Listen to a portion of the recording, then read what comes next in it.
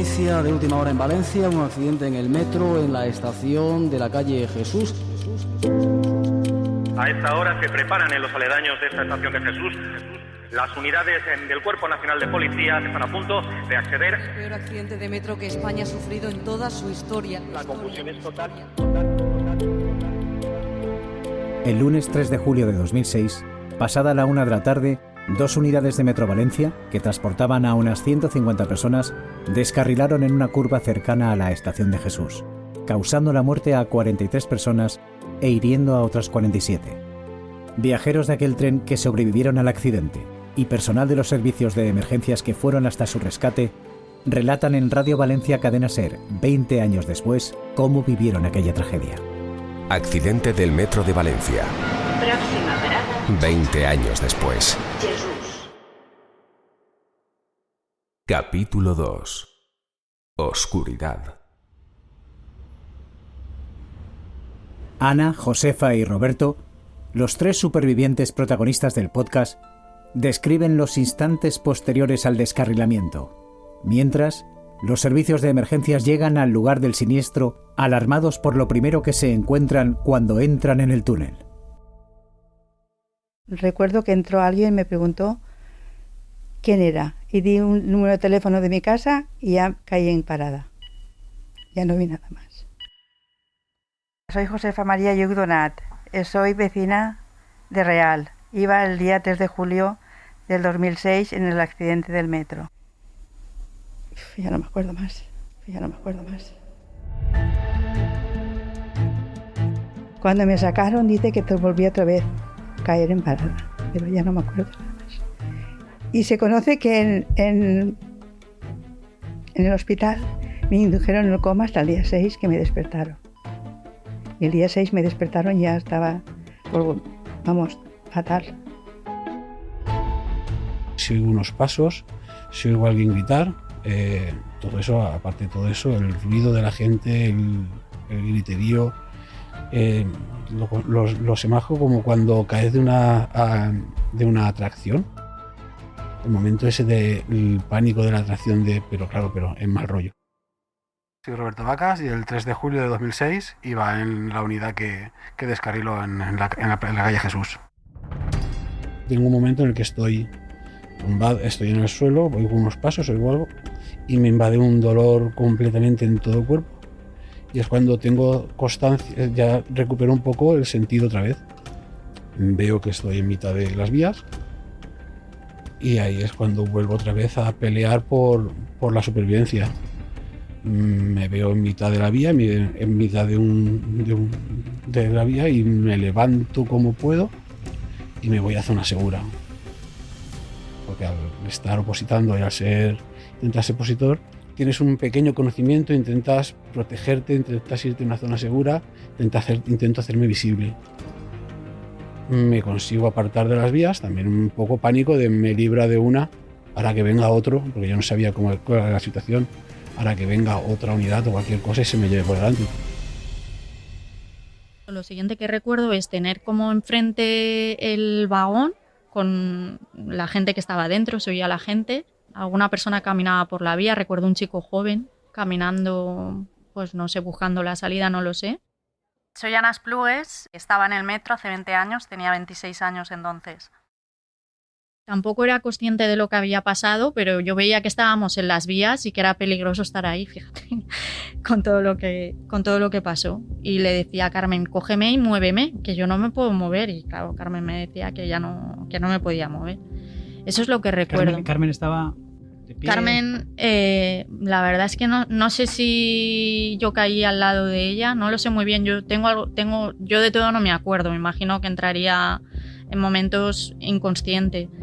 Y recuerdo algunas conversaciones puntuales, no recuerdo todo el continuo, pero sí el hablar con ella y yo creo que ella sí que estaba de pie y se podía mover. Al salir despedido, no caigo como una masa, hago una caída controlada por las cicatrices que tengo en el lado izquierdo de cabeza y hombro y en el derecho, hago una caída, hago un volteo en el suelo, que a eso amortigua mucho a amortigua mucho la caída, el impacto. Eso, el que estoy agarrado, supongo que también hay una pequeña deceleración, porque estar agarrado es lo que me rompe el brazo derecho. Y creo que va sumando, así como el accidente fue un conjunto de situaciones, mi suerte viene por un conjunto de situaciones las cuales me llevan a que, digamos así, como hemos dicho antes, la moneda salga cara.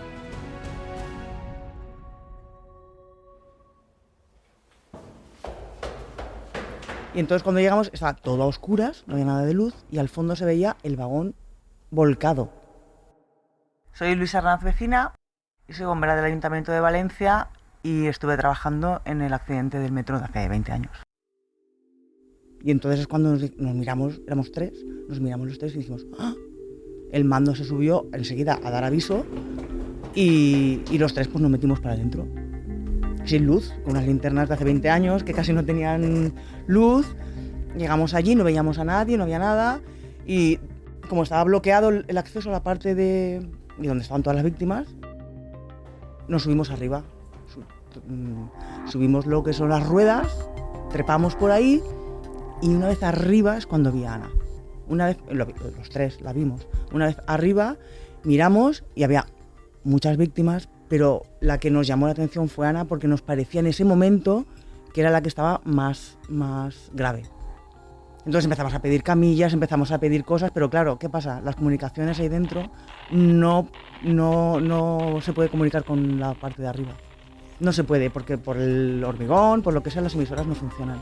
Entonces solamente nos oían con las emisoras los compañeros que entraban por el túnel, que venían de la estación de Plaza España, los del Parque Central, que venían andando por el túnel.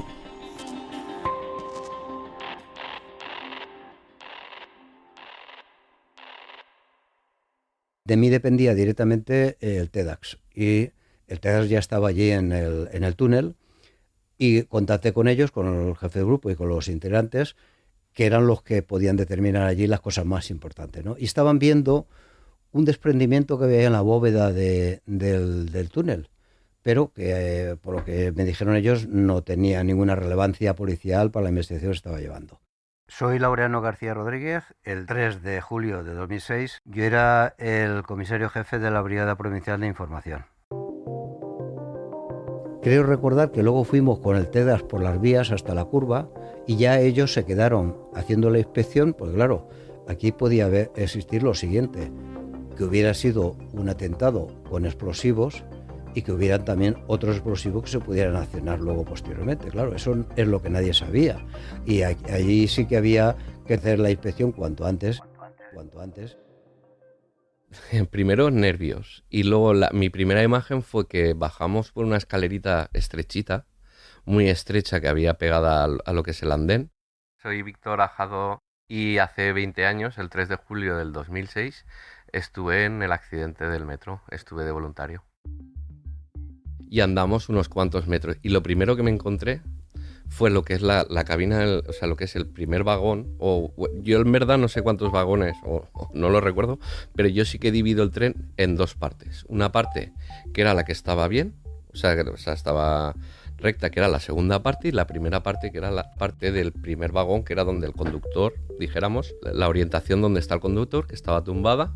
Estaba todo el vidrio de lo que es la parte del conductor, estaba entera, y había un huequecito que nosotros pegados a la pared pasábamos y ya entrábamos a lo que era el vagón que estaba de pie. Nosotros desde arriba del vagón, que lo que hicimos fue, pues hay muchas víctimas fuera, pues lo que vamos a hacer es rompimos una ventana de arriba y nos colamos dentro. Y nos bajamos los tres y no había nadie. Y fuimos andando por dentro a oscuras con las linternas buscando gente, no había nadie, hasta que llegamos a la parte delantera del todo de donde estaba el conductor, que no estaba, que había 3 personas, bien, vivas, en perfecto, bien, de pie. Les preguntamos cómo estáis bien, ellos decían que estaban bien, que no tenían ningún problema, y había una niña, pues, 12 años o así, una niña que estaba inconsciente allí. Y fue la niña, a ellos les dijimos que un poco de paciencia, que habíamos visto que había mucha gente fuera que necesitaba más ayuda que ellos, que tuvieran paciencia, que los sacaríamos, pero claro, había que subirlos por una ventana. para poder salir. Entonces a la niña sí que nos la llevamos porque no sabíamos en qué estado estaba y había que sacarla lo antes posible. Como pudimos nos la fuimos llevando, entre 2 compañeros la subimos arriba, el compañero se había subido antes, desde arriba la sacó por la ventana, de ahí, bueno, imagínate, por las ruedas del tren volcado, la fuimos pasando. Y una vez ya que bajamos, entonces se pudieron abrir las puertas del vagón, que sí que era un vagón que no había volcado del todo, que yo me imagino que la persona que llamó estaba en la parte de atrás, en el vagón de atrás, y claro, ese no volcó. Entonces no sabía lo que había pasado con el de delante. Y estuvimos haciendo una primera asistencia, tratamos de estabilizarla, le pusimos una vía, más cosas. Igual que a ella, a otros pacientes que los compañeros bomberos iban los que trayendo al andén. Una vez estaban más o menos estabilizados y una primera atención muy breve, muy emergente, marchaban, se los llevaban. Yo soy Esther Furnieles Paterna y soy matrona, aunque el día del accidente de metro trabajaba como enfermera en un centro de salud próximo a la estación de metro y acudí al rescate de las víctimas. Hicimos una primera emergencia, coincidí allí con una amiga médico de SAMU embarazada de 6 meses, que le tocó también después ir a hacer el cribado de los pacientes entre los amasijos de hierro, a pesar de estar embarazada de 6 meses. Hola, soy Carol, médico del SAMU, y fui la segunda unidad en llegar al accidente de metro del 3 de julio de 2006. Saltamos a las vías con todo el material, con las mochilas, y la única luz que veíamos al fondo era la cabina y las luces de los frontales de los bomberos. No había otra luz. De hecho, conforme nos alejábamos de la estación de metro, la oscuridad crecía y la única luz que teníamos, y andábamos por las vías, te quiero decir. Pero igual que nosotros, pues ya te digo, compañeros de protección civil, del soporte, bomberos, policías hacían lo mismo, iban y venían por allí, por las vías. Y nos dirigimos, ya te digo, al único punto de luz que teníamos, que era esta cabina, claro, estrellada con la pared.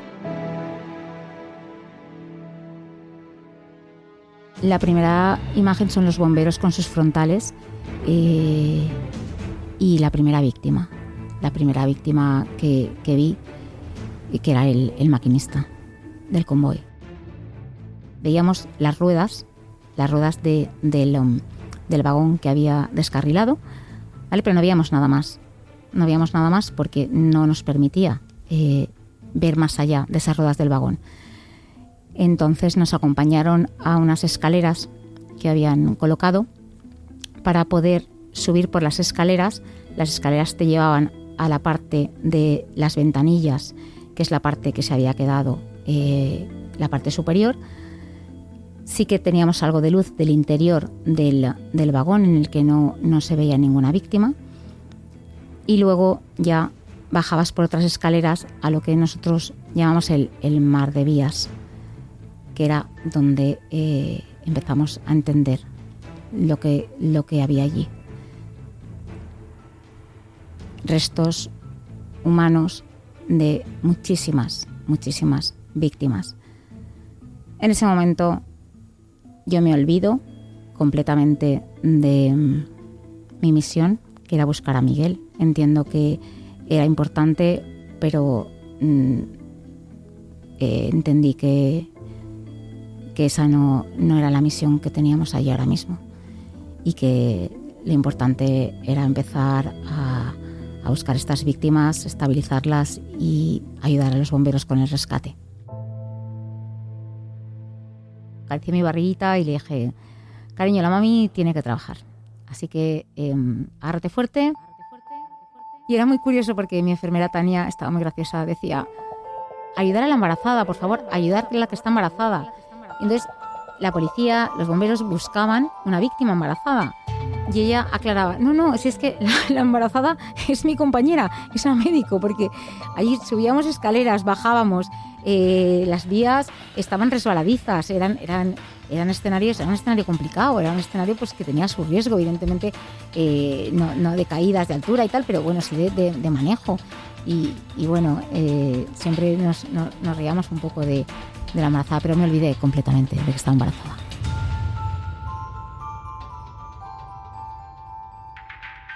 Y recuerdo que entre la vía del tren había un trozo de cráneo con un cabello negro ensortijado. Y curiosamente, a los 4 días, en un periódico, casualmente, leo que un argentino no había subido nunca al metro y aquel día subió al metro de Jesús y falleció en un accidente. Siempre he pensado que aquel trozo de cabello que pertenecía a ese argentino, y no sé, te sientes un poco...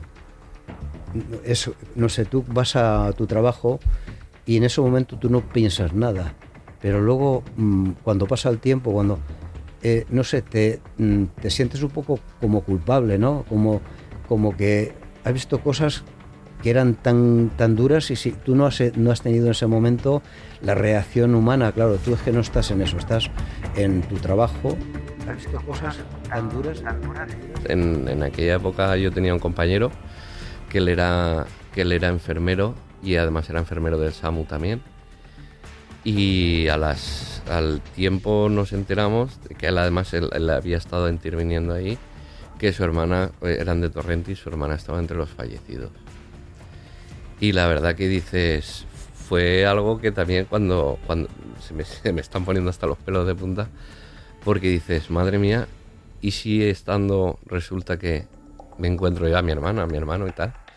¿Cómo reaccionas? ¿Cómo actúas? Y la verdad que fue momentos cuando nos enteramos de que el compañero, la hermana estaba allí, y que además había estado atendiendo porque estaba de guardia en el SAMU y había estado allí, te pones en la piel de él y dices, tiene que ser duro que por lo que sea entres y te encuentres a un familiar, y aún más un familiar de primer grado. Otra de las cosas que recuerdo cuando yo llamo a CICU y me preguntan insistentemente, Carol, ¿habéis encontrado a la hermana de Ramón? ¿La habéis localizado? Y yo por teléfono era incapaz de explicarles lo que habíamos encontrado allí. Eran personas descuartizadas, eran personas que al romperse el cristal del vagón que descarrila, van saliendo a trozos, catapultados realmente por esos cristales. Entonces, yo, otra de las cosas que recuerdo es que cuando buscaba a estos supervivientes, yo solamente pedía no conocer a ninguna de las víctimas que estaba intentando rescatar o localizar. Si yo cojo una cabeza y me doy cuenta que la conozco, y en ese momento voy a colapsar. No conocía personalmente a la hermana de Ramón, pero bueno, sí que sabía que podía estar allí. Pero realmente me afectaba solamente la posibilidad de entre tantos restos y cabezas poder identificar alguna de ellas y conocerla. Y en el próximo capítulo, Víctor, Luisa, Esther, Laureano y Carol. Recuerdo el sonido de los móviles. Los profesionales de emergencias que protagonizan este podcast verían una situación dantesca. Describen la dureza de lo que vieron en el túnel tras los rescates. El cadáver de una joven de unos 30 años. La cara era inexpresiva. Ana, Josefa y Roberto. Me operan y lo paso intubado. Los 3 supervivientes. El día 12 de julio me operaron. Relatan cómo fue su recuperación. 2 meses ingresada. Y las secuelas que arrastran. En los traumatismos yo llevaba fijaciones que se han tenido que ir arreglando después. Accidente del Metro de Valencia, 20 años después.